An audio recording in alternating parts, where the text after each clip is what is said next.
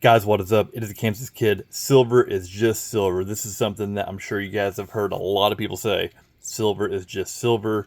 And in your stack, in your possession, as it sits, silver is just silver. That is correct. Now, the characteristics of it and different variants of it could change what the value is. But in my stack, what I do, I base everything off of weight. It doesn't matter what it's stamped, what it looks like. I calculate everything I have off of weight. Because the bottom line, silver is just silver. And that's the truth. Here's the thing. All silver is not created equal.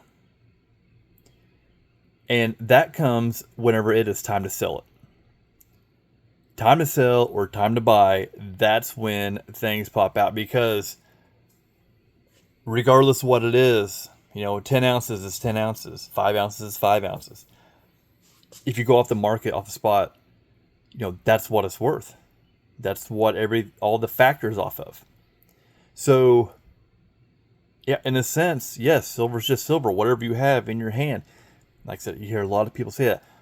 A lot of people also, they don't understand secondary markets. They don't understand vintage markets. They don't understand low mintage markets. There's a lot of different things that, a lot of guys do understand, and a lot of guys don't understand. Me and Blue Collar were just having a conversation back and forth in the comments about selling to a local coin shop. There's some things you could sell to them, and there's some things you do not want to take to them whatsoever. So whenever you go to sell silver or buy silver, then it becomes silver's not created equally. Because when you're selling it, people are buying, they're buying a serial number. They're going to buy a very low serial number, and they're going to pay more for it.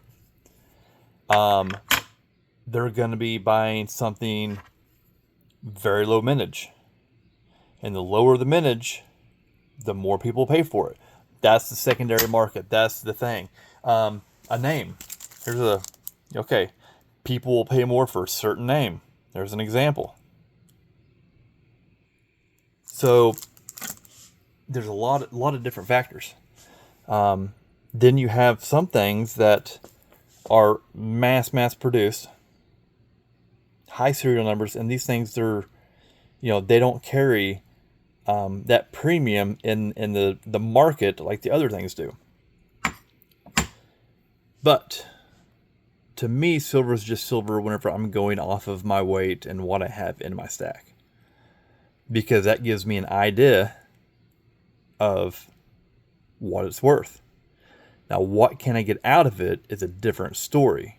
What it's worth and what I can get out of it, two separate things. Always base it off of silver's just silver. How many ounces? You base it off of weight. I base it off of weight. And then you go to sell certain pieces, and then that's whenever you can get that premium that more rare pieces that they carry. So silver just silver, it is. But not all silver is created equal. Guys, I appreciate your time, and I'll talk to you soon. One other thing, though, that I did not mention. Silver art pieces. Some of those pieces can go for a lot of money. This is an example of one. This is one that FG made for me. And you guys can't see it in the camera, but this thing is toning up like a beast.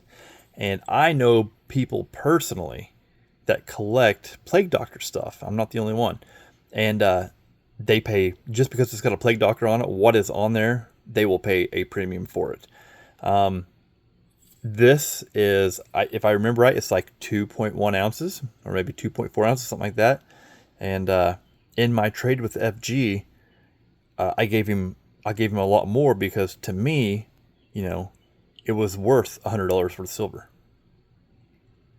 Because that's what it was worth to me. And in secondary market, if you get the right buyer, you can do really good on your vintage silver. You really can. Okay, guys, I appreciate your time. I'll talk to you soon.